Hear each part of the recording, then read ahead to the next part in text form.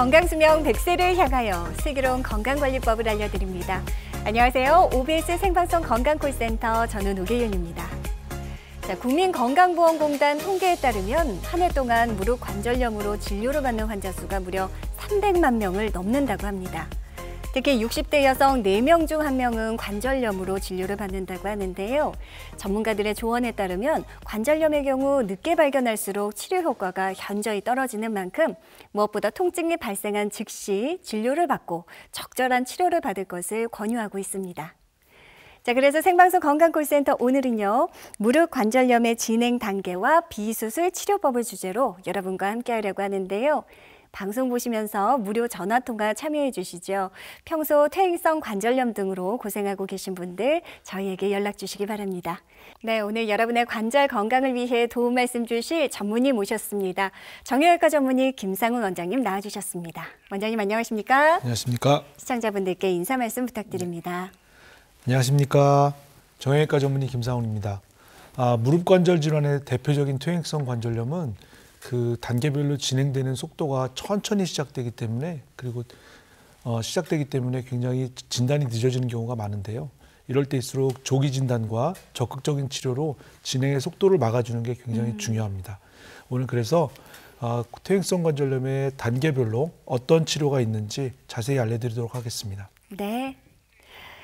자, 오늘 김상훈 원장님과 함께하면서 여러분들의 무릎 관절 건강과 관련된 고민 해결 도움 드리겠습니다. 아래 나가는 번호로 지금 바로 연락 주시기 바랍니다. 우리 몸에 수많은 관절이 있습니다. 그 가운데도 역시 가장 많은 분들이 이제 고통을 호소하고 힘들어하시는 부위 하면 역시 무릎이 아닌가 싶은데요. 원장님, 무릎이 우선 어떻게 생겼고 또 각각 어떤 기능을 하는지 궁금합니다. 네.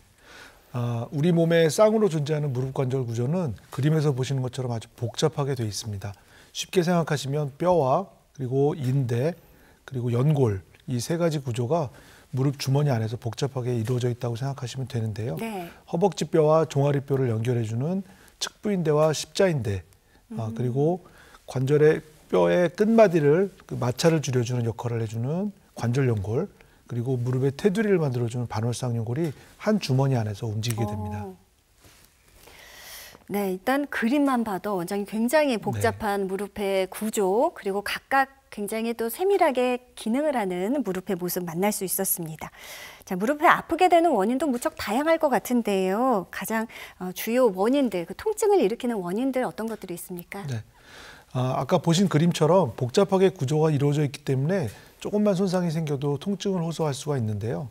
무릎에 물론 가장 큰 통증을 호소하는 가장 큰 원인은 무릎에 염증이 생겨서 붓게 되는 건데요. 이렇게 염증을 유발하는 각각의 원인들을 찾아보면 무릎의 인대 손상 또는 연골 손상 그래서 이런 것들이 아주 오래 기간 동안 방치돼서 생기는 퇴행성 관절염 이런 것들이 가장 흔한 원인이 되겠고요.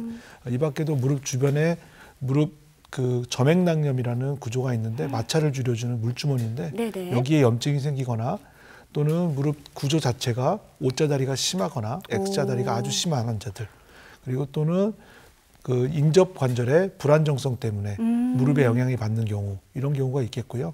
아주 드물게는 무릎 그 주머니를 싸고 있는 활액막염에 그 자가 면역 질환인 류마티스 관절염이 동반될 수도 있습니다. 그렇군요.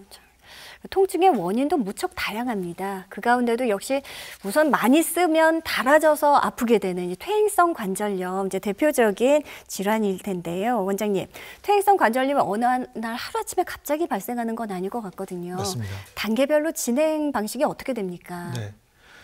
저희가 퇴행성 관절염을 진단하는 가장 기본적인 검사 방법이 바로 엑스레이인데요. 네. 그림에서 보시는 것처럼 관절염 초기 중간 단계, 말기 단계의 그 전형적인 엑스레이 소견을 보면 정상 관절에서는 엑스레이가 정상이기 때문에 거의 그 초기 단계에서는 엑스레이가 정상으로 보이는 경우가 많아서 엑스레이로 진단하기는 쉽지가 않고요. 중간 단계에서는 관절 간격이 좁아지는 게 엑스레이에 보이기 때문에 비교적 진단이 쉽다고 할 수 있겠습니다. 그리고 이제 관절염 말기에 가면 관절에 변형이 생기고 정상적인 정절 상태가 망가지기 때문에 아주 심한 변형이 엑스레이에서 보이는데요. 이럴 때는 거의 정상적인 보행이 불가능할 정도로 진행이 되기 때문에 결국은 수술적인 치료를 피할 수가 없게 되는 경우가 많습니다. 네. 그러니까 더 심해지지 않게 조금 앞단계 갈수록 미리미리 좀 발견하고 관리를 잘하면 좋을 텐데요. 자, 원장님, 이렇게 무릎에 문제가 생겼을 때 단계적 치료 방법도 당연히 달라지겠죠. 맞습니다. 관절염 초기 환자분들은 대부분 별다른 치료 없이 증상이 좋아지는 경우가 많은데요.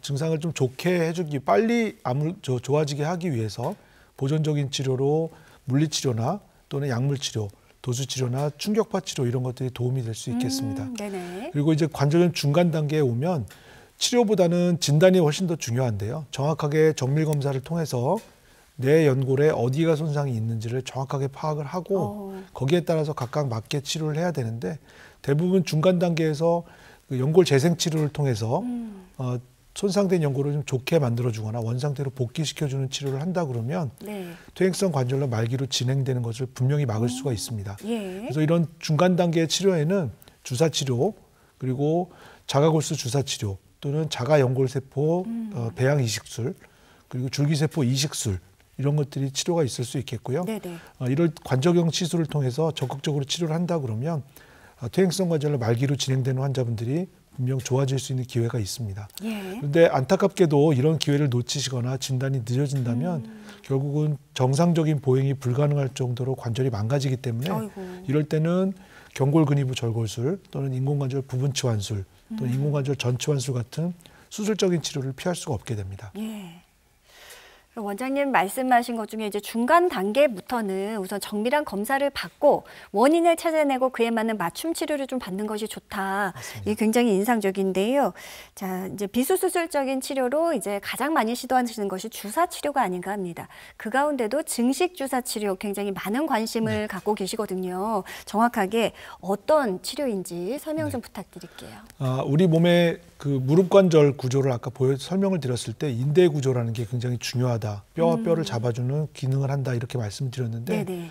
인대 손상 때문에 생기는 통증이 굉장히 많고 이로 인해서 염증이 유발되면 관절에 물이 차게 되고 그래서 결국은 연골이 손상되고 또 연골의 강도가 떨어지기 때문에 연골의 손상도가 빨라지는 이런 퇴행성 관절염을 악화시키는 원인이 되는데 네네. 증식 주사 치료는 비교적 안전하게 손상된 인대 부위에 고농도의 포도당을 주사해서 인위적으로 염증 반응을 유발시키고 이 유발된 염증 반응에서 촉진되는 재생 반응에서 성장인자들을 분비하게 돼서 이 성장인자를 통해서 손상된 인대가 보다 튼튼하고 두껍게 재생될 수 있도록 네네네. 이렇게 유도하는 방법이고 결국은 이렇게 유도된 손상된 인대가 안정화가 되면 그 관절 구조의 안정성이 동반되기 때문에 퇴행성 관절염이 진행되는 걸 막을 수 있다고 생각됩니다. 네네.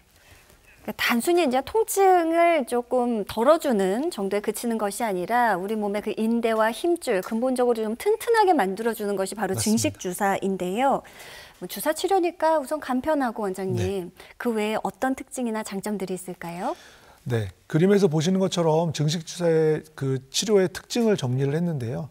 첫 번째는 가장 간단하게 시술을 할 수 있다. 외래에서 통원 치료로 시술을 할 수 있다는 것이 특징이고 네. 절개나 수술적인 치료가 필요 없기 때문에 흉터가 남지 않습니다. 그리고 비교적 안전한 고농도 포도당을 주사하는 거기 때문에 합병증이나 부작용이 없어서 안전하다고 생각되고요.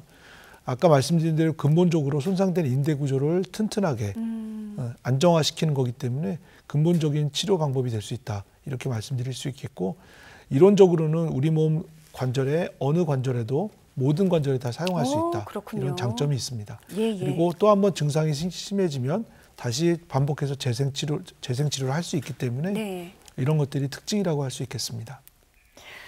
자, 그렇다면 이제 증식 주사 치료를 통해 이제 좀 좋아지신 분들의 네. 치료 사례 좀 만나보겠습니다.